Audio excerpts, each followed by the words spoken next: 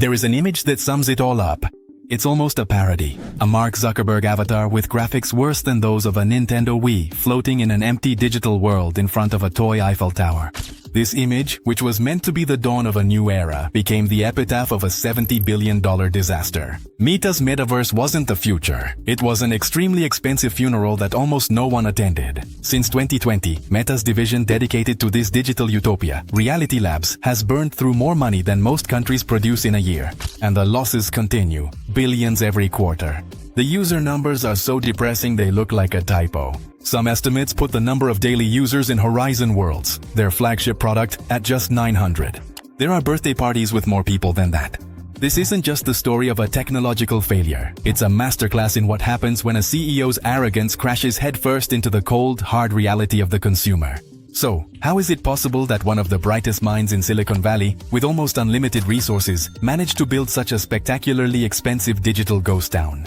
It wasn't just one mistake. It was a cascade of disastrous decisions, a perfect storm of bad strategy, terrible psychology, and a product nobody asked for. To understand this collapse, I've broken down the catastrophe into 5 acts, 5 deadly sins that doomed the metaverse before it even learned to walk, or, in its case, to have legs. The first nail in the coffin was hammered in long before the first virtual reality headset existed. It was a marketing decision born out of panic, a desperate attempt to change the conversation.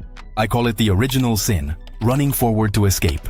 Let's remember the context of 2021. The name Facebook was radioactive. The company was drowning in scandals, from Cambridge Analytica to leaked internal documents that showed they were fully aware of the harm their platforms were causing to mental health and social cohesion. The brand was in the gutter. Then in October of that same year, in the midst of the worst public relations crisis in its history, Zuckerberg took to a virtual stage and announced his grand vision. Not only that, he changed the name of the entire company to Meta. From a marketing perspective, the move was about as subtle as an elephant in a china shop. It seemed like a transparent attempt to shed a toxic brand identity, like a fugitive shaving his mustache and putting on a hat to cross the border. It fooled no one. Investors hated it.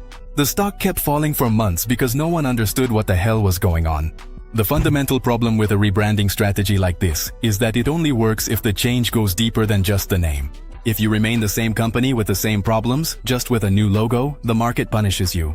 And that's exactly what happened. Instead of seeing Meta as an innovative and futuristic company, the public saw it as the same old Facebook, but now with a new and strangely expensive hobby. It was like watching your problematic uncle, after ruining Christmas dinner, announce that he now identifies as an astronaut.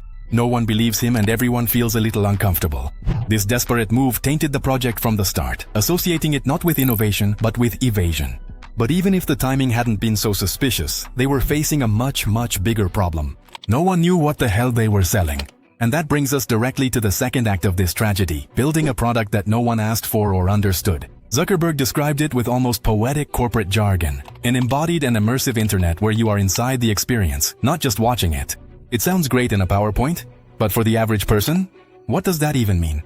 The reality is that not even Meta's own employees seem to have a clear idea. According to internal reports, one group believed they were building a kind of YouTube in virtual reality, while another thought they were making a casual World of Warcraft for everyone. The confusion was total. Was it a work tool? A gaming platform? A social space? By trying to be everything for everyone, it ended up being nothing for anyone. The main problem is that Meta violated the first rule of product development, finding product market fit. That is, making sure the product matches the market. They built an incredibly complex and expensive solution for a problem that most people didn't have. The friction for the consumer was immense. First, you had to buy a headset that cost several $100s. Then you had to create a profile and learn how to navigate in a clumsy and unintuitive environment. And most importantly, you had to convince your friends to do the same, because a social world without people is simply an empty and depressing space. The network effect, which is what made Facebook great, worked against them here. No one was there, so no one else wanted to join. It's like opening a luxury restaurant that, to get in, requires you to buy a $500 tuxedo, take a 3-hour etiquette course, and bring 5 friends who also meet those requirements. And once inside, the menu is confusing, and the food, mediocre. People will just go to the taco stand on the corner, which is easier, cheaper, and more fun. Meta completely underestimated human inertia. People prefer comfort, and there's nothing comfortable about strapping a screen to your face to float around like a legless ghost in a digital meeting room. The cost of customer acquisition wasn't just monetary. It was a cost in effort, time, and social ridicule that almost no one was willing to pay. And you know your product has serious problems when not even the people you pay a salary to build it want to use it. This brings us to the third act, a story of silent rebellion that says more than any financial report. The rebellion of the employees themselves.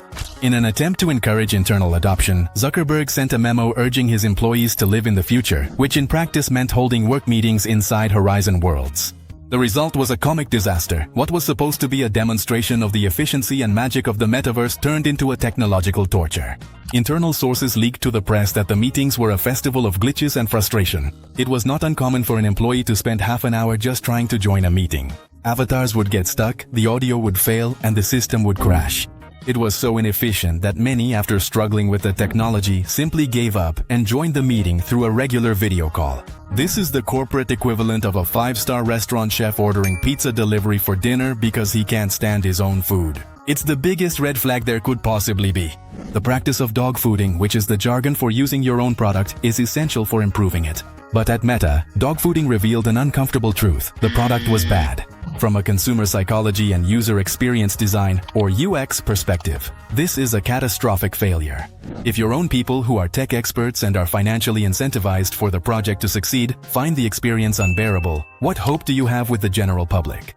People look for tools that remove friction from their lives, not add to it. A Zoom meeting starts with a single click. A meeting in the metaverse required a preparation ritual worthy of a space launch. The choice was obvious. This internal rejection was a sign of things to come, a signal that not only was the emperor naked, but his virtual suit was also full of bugs. And if your own employees are jumping ship, you can bet that the geniuses you hired from outside will be the first to look for a lifeboat. And so we arrive at the fourth act, the exodus of the geniuses and the dangerous loneliness of the leader.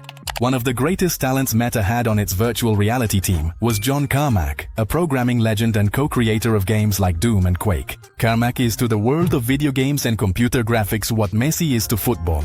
Having him on your team was a guarantee of quality and a signal to the market that you meant business.